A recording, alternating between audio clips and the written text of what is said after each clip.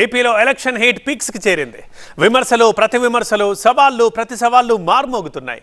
అవన్నీ ఒక లెక్క. పవన్ కళ్యాణ్, అంబటి రాంబాబుల మధ్య సినిమాటిక్ పొలిటికల్ పంచులు మరో లెక్క. తెనాలి వేదికగా పవన్ పంచులకి మంత్రి అంబటి రాంబాబు అదే స్టైల్లో కౌంటర్ ఇచ్చారు. పోలవరం నిర్మాణం పూర్తయిందా లేదంటే ఒక మంత్రి, జలశాఖ మంత్రి కూర్చోబెట్టి అబ్బనీతి నీ రబ్బా ఎంత కమ్మగా ఉందిరా అబ్బా అని చెప్పి ఇలాంటి పాటలకి డ్యాన్స్ చేసే వ్యక్తి జలశక్తి మంత్రి ఎందుకు? చిన్నప్పుడే కనుక అతని తల్లిదండ్రులు అతని డ్యాన్స్ ప్రతిభని గుర్తించి సినిమాలో పంపించుంటే మనకు ఒక పీడ తగ్గుండేది. మీ అన్న నటించిన సినిమా పాటని అంత అవహేళనగా ఎందుకు మాట్లాడుతున్నావా? సినిమాలో కూర్చోటి నువ్వు అది నేను పాడేనా? నేను పాడిన పాట ఏంటో తెలుసు కదా. నన్ను సినిమాల్లో పెట్టావు కదా, సినిమాల్లో పెట్టి శ్యాంబాబు అని నన్ను తిట్టడానికి ప్రయత్నం చేసావు కదా. దానికి కౌంటర్గా నేను ఇస్తే ఆ కౌంటర్ తట్టుకోలేకపోతున్నావు పవన్ కళ్యాణ్. నీ పీడ వెళ్ళిపోయి నేను సినిమాల్లోకి వెళ్తే నేను ఎవడు గౌరవించేవాడు కాదు. నాకు సినిమాలు ఇంట్రెస్ట్ లేదు నాయన, నాకు రాజకీయాలు ఇంట్రెస్ట్.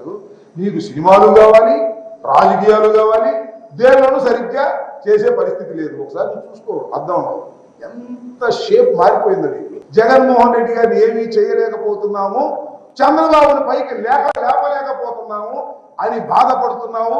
పిఠాపురంలో గెలవలేమని బాధపడి సినిమాలకు కూడా పనికిరాని షేప్ లో తయారవుతున్న నువ్వు నా గురించి మాట్లాడతావంటయా?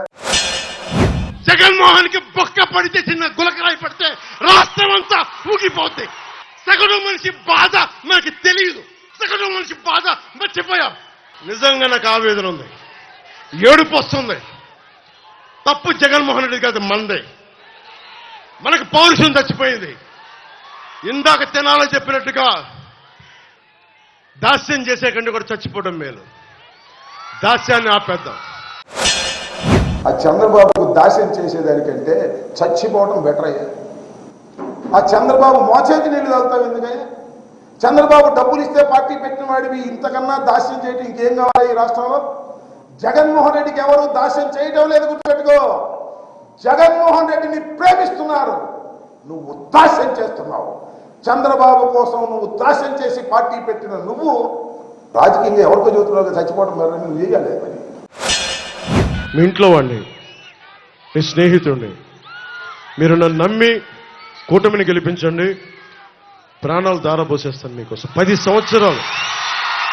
సంవత్సరాలు ఏ పదవి లేకుండా కేవలం తిట్లుని బూతుల్ని తింటూ గడిపాను. ఒక్కసారికి చిన్నపాటి విజయం చూపించండి. మాకు జనసేన పార్టీకి, నాకు వెనుకగా ఉన్న వ్యక్తికి మనస్ఫూర్తిగా మీ అందరి తరపున ధన్యవాదాలు తెలుపుకుంటూ భారీ మెజారిటీ తోటి గెలిపించవలసిందిగా కోరుకుంటా ఉన్నాను. తెలుగు ప్రజలకు గాయం అయిందంటే ఏదో ఎగతలిగా మాట్లాడుతున్నారు పవన్ కళ్యాణ్ గారు. పవన్ కళ్యాణ్ గారు అసలు మీకు అర్హత ఏముంది నాకు అడుగుతా ఉన్నా. నిన్న తెరాలు వచ్చాడయ్యా, ఎవరి కోసం?